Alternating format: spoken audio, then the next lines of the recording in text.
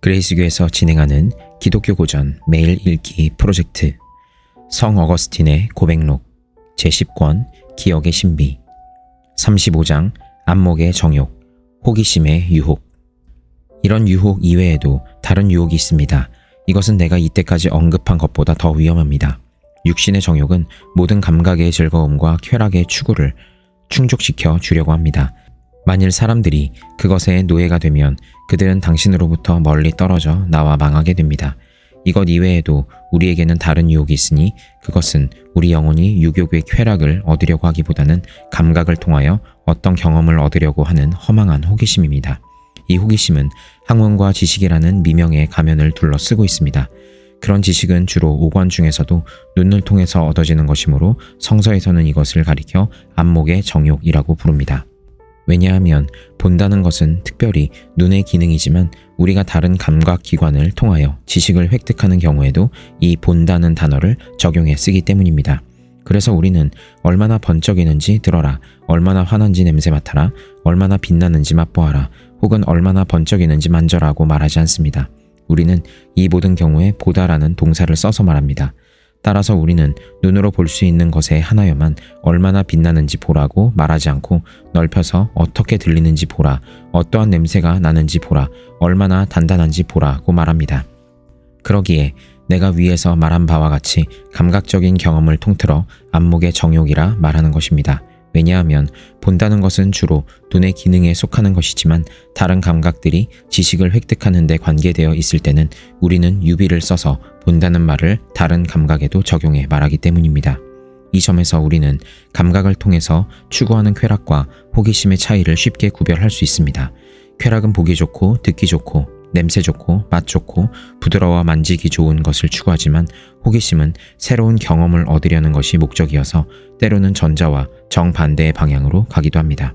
물론 그것은 불쾌한 것을 경험하고자 하는 목적이 아니라 새로운 것을 탐색하고 발견해보자는 욕구 때문입니다. 우리를 소름 끼치게 하는 만신창이가 된 시체를 보고 쾌감을 느낄 사람이 어디에 있습니까? 그러나 사람들은 그러한 시체가 근방에 놓여 있을 때는 호기심으로 가서 보고 놀라며 슬퍼합니다. 그들은 누군가에게 강제로 끌려가서 그 광경을 보고 놀라는 것처럼 혹은 누가 잘못 전하는 소문을 듣고 미관을 보러 간 줄 알고 갔다가 그 광경을 보고 놀라는 것처럼 꿈결에서라도 그런 광경을 볼까 두려워합니다. 그래도 그들은 알아보고자 하는 호기심에서 가보는 것입니다. 이런 경우는 다른 감각에도 마찬가지입니다. 그런 예를 들자면 한이 없습니다. 바로 이 호기심 때문에 극장에서는 괴상한 광경의 장면을 사람들에게 보여주며 이 호기심 때문에 사람들은 자기들의 생활에 관계없는 자연의 비밀마저 알아보려는 것입니다. 그러한 것은 우리 인간에게 아무 도움도 주지 않지만 사람들은 다만 아는 그 자체를 목적으로 알려고 하는 것입니다. 또한 사람들은 무엇을 알려고 하는 그릇된 호기심 때문에 마술도 추구합니다. 이런 경향은 종교 생활에까지 영향을 미쳐서 사람들은 기사와 이적을 보여달라고 하나님을 시험합니다. 그들이 이렇듯 하나님께 간구함은 그들 자신들의 구원을 목적으로 그러한 것이 아니라 다만 기사와 이적을 보고자 하는 욕구에서 하는 것입니다. 내 구원의 하나님이여, 이와 같이 함정과 위험이 많은 끝없는 광야에서 나는 당신의 은혜를 힘입어 많은 유혹을 내 마음에서 잘라내고 밀쳐냈습니다.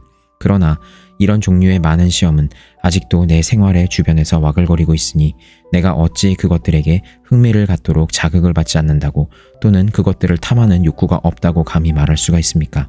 물론 이제는 극장도 나의 흥미를 끌지 못합니다. 나는 이제 점성술 연구에도 관심이 없으며 귀신들에게 내 운명을 물어보지도 않고 신성모독의 모든 종교적인 의식을 좋아하지 않는 것만은 사실입니다.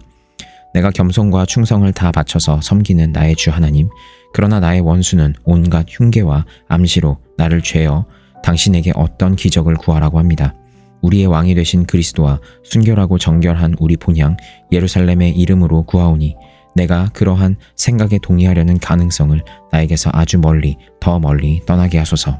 그러나 내가 다른 사람의 구원에 대하여 당신께 구할 때는 나의 구하는 목적이 아주 다릅니다. 당신은 당신이 원하는 대로 하시오니 나에게 은혜를 주시어 즐거이 당신의 뜻을 따라가도록 도와주소서. 그러나 우리의 호기심이 매일 여러 가지 사소하고 쓸데없는 것들에 의해 시험을 받는 경우가 얼마나 많습니까? 그리고 그 시험에 빠져 들어가는 경우가 얼마나 많습니까? 때때로 사람들은 쓸데없는 말을 우리에게 합니다. 그때 혹시나 마음이 약한 자들을 기분 상하게 할까 염려하는 우리는 처음에는 그런 말을 듣기 싫어도 꾹 참고 들어줍니다. 그러다가도 나중엔 점점 우리는 그런 말을 듣기 좋아하게 되는 때가 얼마나 많습니까? 이제는 내가 경기장에 가서 개가 토끼를 쫓는 구경을 하지 않습니다. 그러나 길을 가다가 우연히 들에서 그와 같은 광경을 보게 되면 나는 심각한 생각을 하다가도 쉽게 마음의 주의를 그쪽으로 향하게 됩니다. 물론 내가 타고 가는 말의 머리를 그쪽으로 돌리지는 않지만 내 마음의 경향이 그쪽으로 기웁니다. 당신께서 나에게 나의 약함을 알게 하시고 경종을 울려 내 생각을 그 광경에서 돌려 당신께로 향하도록 해주시지 않는다면, 혹은 내가 그 광경을 전혀 무시하고 당신의 길을 가도록 해주시지 않는다면 나는 그곳에 마음이 팔려 멍하니 서 있을 것입니다. 내가 집에 앉아있을 때 도마뱀이 파리를 채서 먹는 것이나 파리가 거미줄에 걸렸을 때 거미가 그것을 둘러 감는 것을 봅니다. 여기에 관련된 동물들은 다 작습니다만 호기심을 일으켜 내 주의를 끄는 것은 여전합니다. 나는 그런 광경을 보고 모든 것을 오묘하게 창조하시고 질서 지어 다스리는 당신을 찬양하게 됩니다. 그러나 내가 처음에 이런 광경을 보자마자 당신을 찬양하고자 하는 생각을 갖게 된 것은 아닙니다. 내가 넘어졌다가 곧바로 일어난 것은 처음부터 넘어지지 않은 것과 전혀 다릅니다. 나의 생은 이런 것들로 가득 차 있으니 나의 유일한 희망은 오로지 당신의 자비뿐입니다. 내 마음이 이런 것들을 받아들이는 창고가 되고 수없는 헛된 것들로 가득 차 눌려 있을 때 우리의 기도는 곧잘 방해를 받고 헷갈리게 됩니다. 우리가 당신의 면전에서 마음의 소리를 당신의 귀에 여쭐 때도 어디서 왔는지 모르는 쓸데없는 생각이 내 마음에 들어와 이와 같은 중요한 나의 기도를 단절시키기도 합니다.